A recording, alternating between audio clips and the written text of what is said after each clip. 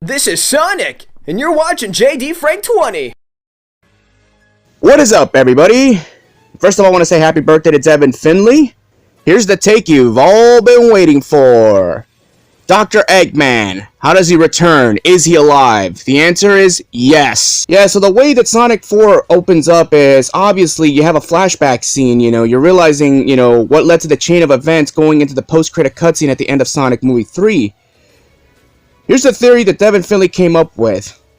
Once Eggman and Shadow were probably separated after the Space Colony Ark imploded, Shadow ended up in a different area.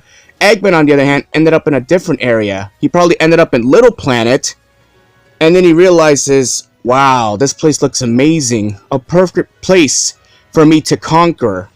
And then obviously Eggman, his surroundings, obviously, he has a lot to work with. He has resources he can use to build an empire. Unlike the Mushroom Planet where he was before, he had limited resources. And then Eggman realizes, okay, I'm in Little Planet, there's some resources here I can use, but I need more. Much more. And then of course, Metal Sonic, where does he come into the equation? Remember the underground facility on Earth? He can reawaken him at any given time. Maybe Eggman did have him coded, but he just forgot about him.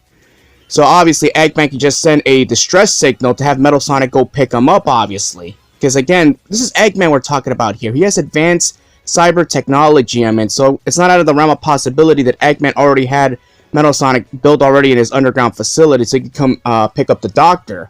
Now, obviously, for Eggman, yes, he is alive. More than likely, he got what he wanted at the end of the day. Little Planet at this point is going to go through a transformation sequence.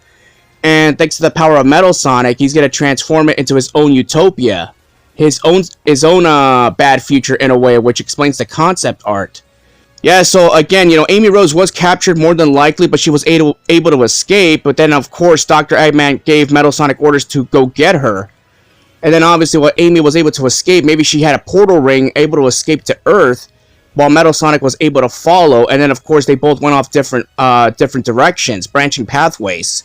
They both arrived at Earth at the exact same time.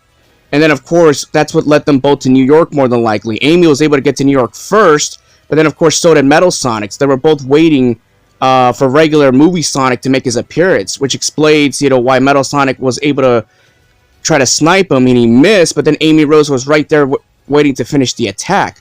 Now, the Brotherhood of the Metalics, on the other hand, again, Dr. Eggman, he got what he wanted. He was able to replicate more robots, not their finalized versions, but enough to at least cause some damage, while the real Metal Sonic is powerful. So, what you're seeing to the chain of events of the post-credit cutscene at the end of Sonic Movie 3 is Eggman is already the ruler of Little Planet, and of course, Amy's happy to see Sonic again because she probably thought Sonic was gone for good. Yeah, so everybody, let me know what y'all think about this. Findlay, amazing ideas right here, and I know you have others, and I want to make those its own separate takes right now. I just want to focus on Eggman returning here and there and give a brief explanation based on your idea, and this is brilliant right here. It's logical, it makes sense, and you can have fun with it. Peace out, everybody.